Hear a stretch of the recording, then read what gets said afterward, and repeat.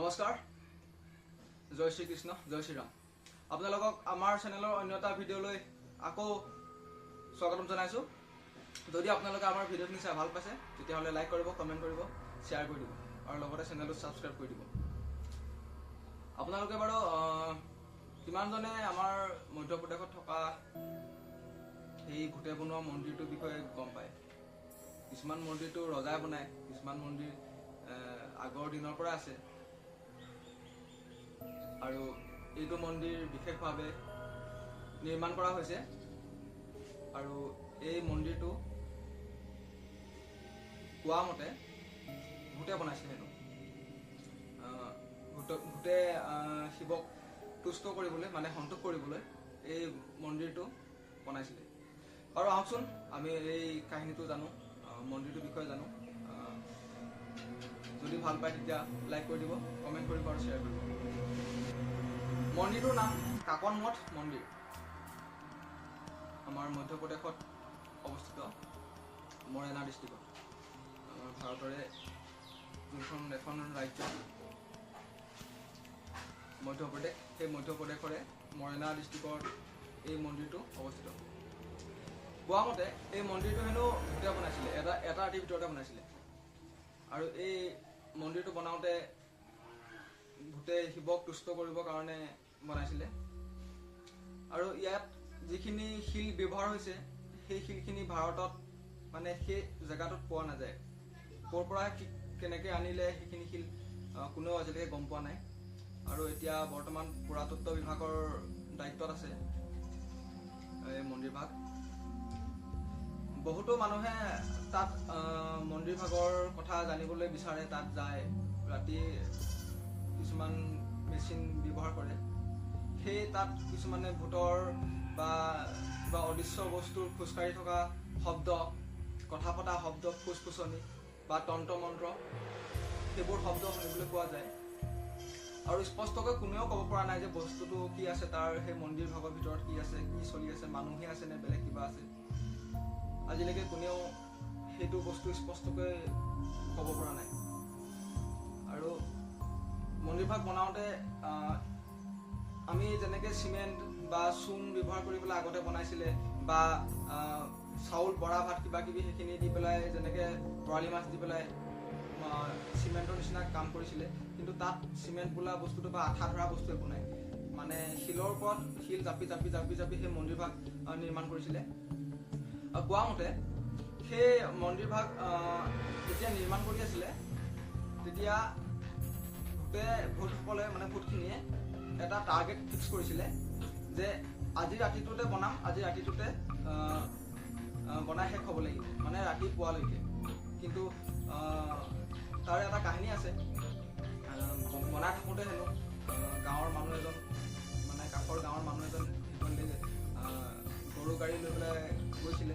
আৰু সেই গৰু গাড়ীৰ চকাৰ শব্দত যেতিয়া ভূতে শুনিলে, সেই চকাৰ শব্দটো শুনাৰ পিছত ভূতে ভাবিলে যে ৰাতিপুৱালে বুলি, কিন্তু ৰাতিপুৱা নাছিলে। ৰাতিপুৱালে বুলি ভাবি পেলাই ভূতে সেই মন্দিৰভাগ নিৰ্মাণ কৰা কাৰ্য সিমানতে এৰি পেলাই গুচি গৈছিলে। আৰু তেতিয়াৰ পৰা সেই মন্দিৰভাগ আধাখনীয়া নিচিনা হৈ থাকিল। কিন্তু মন্দিৰভাগৰ ভিতৰত ভূতে প্ৰায়খিনি বস্তুৱে বনালে। আৰু সেই মন্দিৰভাগত শিৱলিংগ আছে। আৰু সেই মন্দিৰভাগত মানে আপোনাৰ এতিয়া যেন ধুমুহা বতাহ বা কোনোবা ঠেলা মাৰি দিলে যেন ভাগি পৰিব, তেনেকুৱা অৱস্থা হৈ আছে। কিন্তু এতিয়ালৈকে ইমান ধুমুহা বতাহ ভূমিকম্প আহিলে আজিলৈকে সেই মন্দিৰভাগ তেনেকৈ আছে। আৰু এটা কাহিনী আছে, সেই ভূতে বনোৱা যোনটো মন্দিৰ, সেই মন্দিৰটোৰ কাষত যিখিনি শিল পৰি আছে, সেই শিলখিনি যদি মানে কোনোবাই উঠাবলৈ বিচাৰে বা ঘৰলৈ লৈ আহিব বিচাৰে, তেতিয়া মানে সেই শিলখিনিয়ে কৰকৰণি মৰমৰণি শব্দ লয় বা বেয়া মানে কিবা সপোন দেখুৱায় সেই মানুহজনক, তেনেকুৱা মানে কথিত কিছুমান কাহিনী আছে। আৰু এই মন্দিৰটোৰ এটা নিৰ্দিষ্ট কাহিনী নাই, বা এটা নিৰ্দিষ্টকৈ কোনো ক'ব নোৱাৰে যে এইটো এনেকৈ বনাইছিলে বুলি। আৰু এটা কাহিনী মতে মই শুনিবলৈ পোৱা মতে, যেতিয়া পাণ্ডৱসকল বনত ঘূৰি ফুৰিছিলে তেতিয়া ভীমক কোনোবা এজন ৰজাই বনাবলৈ মানে আদেশ দিছিলে। তেতিয়া ভীমে কৈছিলে বোলে মই এক ৰাতিৰ ভিতৰতে মন্দিৰটো বনাম। তেতিয়া মানে ভীমে নোৱাৰি পেলাই এই ভূতসকলক আমন্ত্ৰণ কৰি পেলাই তেতিয়া সেই ভূতসকলৰ দ্বাৰা এই মন্দিৰভাগ বনাবলৈ মানে দিছিলে। সেইবুলিও কিছুমানে কয় আৰু কিছুমানে ঢেৰ কাহিনী আছে তেনেকুৱা। যদি আপোনালোকে চাৰ্চ কৰে ইউটিউবত হ'লেও বা বিভিন্ন ভিডিঅ' আছে আৰু গুগলতো হ'লেও চাৰ্চ কৰি পেলাই চাব পাৰে যদি জানিব বিচাৰে। মই ইমানখিনিয়ে পাইছিলোঁ মানে, সেইটো কাৰণে আপোনালোকৰ আগত অৱগত কৰিলোঁ। হয়তো কিছুমানে নাজানিবও পাৰে বা এটা ভাৰতৰ ভিতৰত এনেকুৱা যেন এটা বস্তু আছে বা এনেকুৱা এটা মন্দিৰ আছে, সেই মন্দিৰভাগৰ বিষয়ে আমি জনাটো দৰকাৰ বা প্ৰত্যেকটো বস্তু আমি জনাটো দৰকাৰ।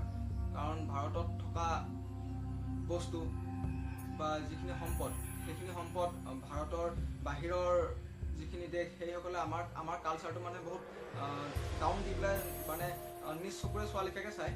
কিন্তু এইটো যেন এটা বহুত এটা ডাঙৰ ইঞ্জিনিয়াৰৰ কাম, আজিৰ যুগৰ মানে সেই ইঞ্জিনিয়াৰসকলে ভাবিবও নোৱাৰিব চাগে হয়তো। আৰু সেই মন্দিৰটোত হেনো শুনামতে ৰাতি যদি কোনোবা থাকে সেইজন হয় মৰিব, নহয় পগলা হ'ব বা ৰাতি তেনেকুৱা মানে যদি সেইটো এৰিয়াত কোনোবা থাকে সেইসকলৰ লগত মানে তেনেকুৱা অলৌকিক ঘটনা কিছুমান ঘটি যায়। আৰু তেনেকুৱা বিভিন্ন জেগা আছে ভাৰতত, বিভিন্ন মঠ মন্দিৰ আছে, সেইসকলৰ যিসকলে সেই মন্দিৰভাগ বনাইছে বা এনেকুৱা কিছু কিছু জেগাত কিছু ঠাইত সেই মন্দিৰ কিছুমান তেনেকৈ নিৰ্দিষ্ট ৰূপে ব্যৱহাৰ হয় বা কিছুমান মন্দিৰত থাকিব নিদিয়ে। যেনেকৈ আপোনাৰ নিধি বনৰ যি ভাগ এতিয়া মন্দিৰ আছে সেই ভাগত থাকিব নিদিয়ে। ঠিক তেনেদৰে এই ভাগতো মানে তেনেকৈ অলপ সোমাব নিদিয়ে, মানে ৰাতি মানুহ মানে সেই বাউণ্ডেৰীত মানে থাকিব দিয়া নহয়। যদি আপোনালোকে ইয়াৰ বিষয়ে আৰু বিশেষ কিবা জানে তেতিয়া জনাব। তেতিয়া আমিও মানে ইমান বিশেষ নাজানো, আমি যিখিনি দেখিছোঁ বা পঢ়িছোঁ সেই মতেহে আপোনালোকৰ আগত ভিডিঅ'টো বনালোঁ। যদি ভিডিঅ'টো চাই ভাল পাইছে তেতিয়াহ'লে লাইক কৰি দিব, কমেণ্ট কৰিব। ধন্যবাদ।